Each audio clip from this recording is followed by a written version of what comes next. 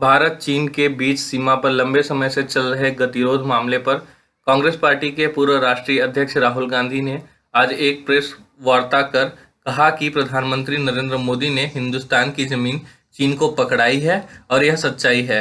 मोदी जी इसका जवाब दें। मोदी जी ने चीन के सामने सिर झुका दिया है। जो रणनीतिक क्षेत्र जहां चीन अंदर आकर बैठा है उसके बारे में रक्षा मंत्री ने एक शब्द नहीं बोला।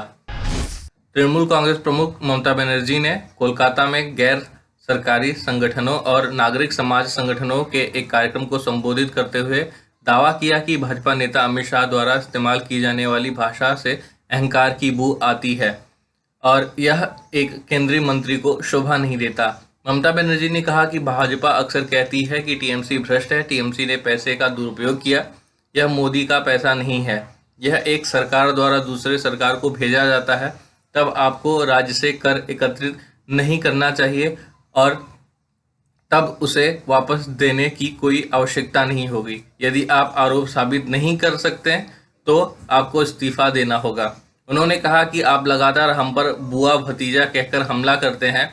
आपके बेटे का क्या श्रीमान शाह, उन्हें इतने पैसे कहां से मिलते हैं।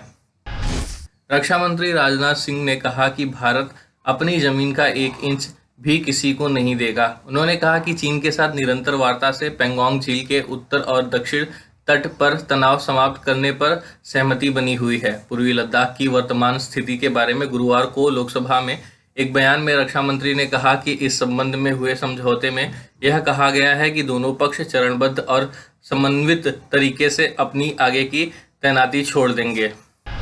तृणमूल कांग्रेस की सांसद महुआ मोइत्रा ने संसद सत्र के दौरान गृह मंत्री अमित शाह की अनुपस्थिति को लेकर सवाल उठाए हैं। टीएमसी सांसद ने कहा कि संसद चालू है लेकिन गृह मंत्री अमित शाह बंगाल में हैं। संसद में उनके भाषण को लेकर उनके खिलाफ विशेषाधिकार हनन के प्रस्ताव पर महुआ मोइत्रा ने कहा कि यह बीजेपी की आदत है जो किसी न किसी तरीके से दूसरों को चुप कराना चाहती है।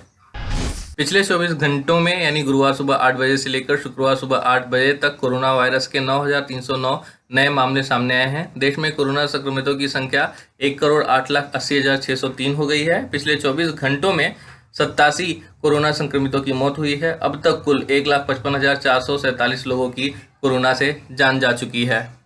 अब खबरें पाइए सबसे पहले हमारे मोबाइल न्यूज एप्लीकेशन पर। एंड्रॉइड या iOS प्लेटफॉर्म पर जाइए, HW न्यूज नेटवर्क को सर्च कीजिए, डाउनलोड कीजिए और अपनी सुविधानुसार भाषा का चयन कीजिए। खबरों की भीड़ में अपने काम की खबर पाते रहिए।